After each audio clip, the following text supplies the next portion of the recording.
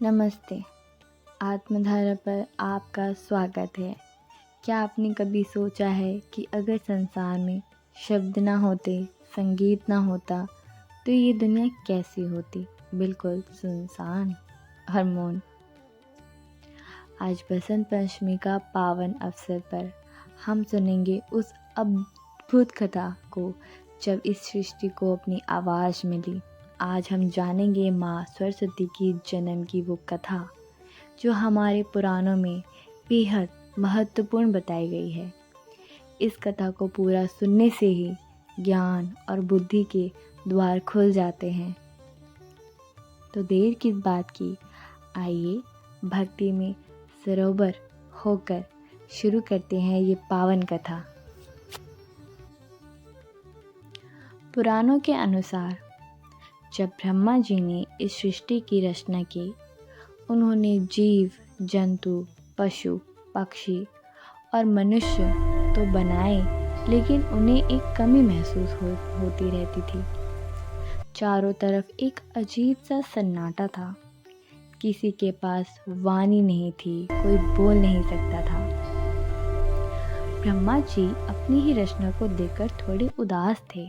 उन्हें लग रहा था कि बिना शब्द और सुर के ये सृष्टि बिल्कुल निष्प्राण है, लाइफलेस।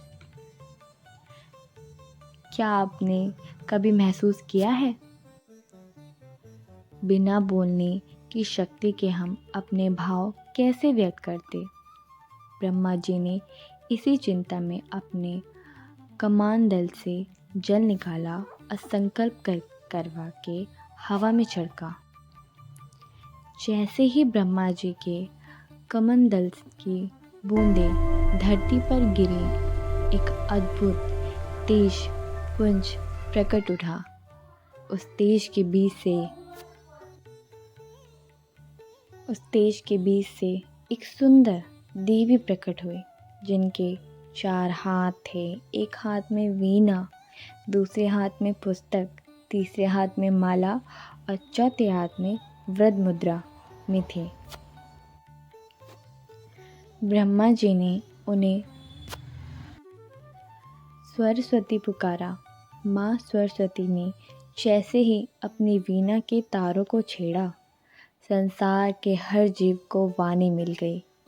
नदियों में कल कल की आवाज़ आई, हवा में सरसराहट की आवाज़, और पशु पक्षियों ने चहचहाना शुरू किया। ब्रह्मा जी की सृष्टि को उनकी आवाज़ मिल चुकी थी। तभी से माँ सरस्वती को वाग देवी यानी वाणी की देवी कहा जाने लगा। दोस्तों,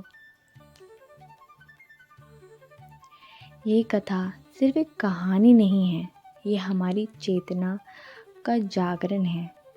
पुस्तक ज्ञान का प्रतीक है, माला ध्यान का, और वीणा जीवन में संगीत और लाया है।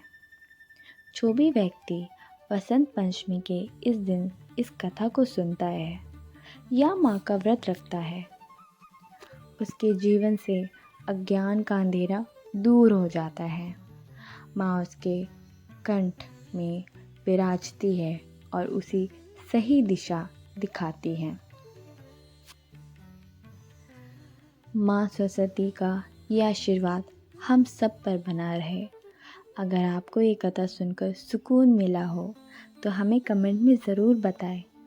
आत्मधारा पर हमारा प्रयास है कि हम आपको अपने वेदों पुराणों की ऐसी ही अमृत धारों से जोड़े रखें।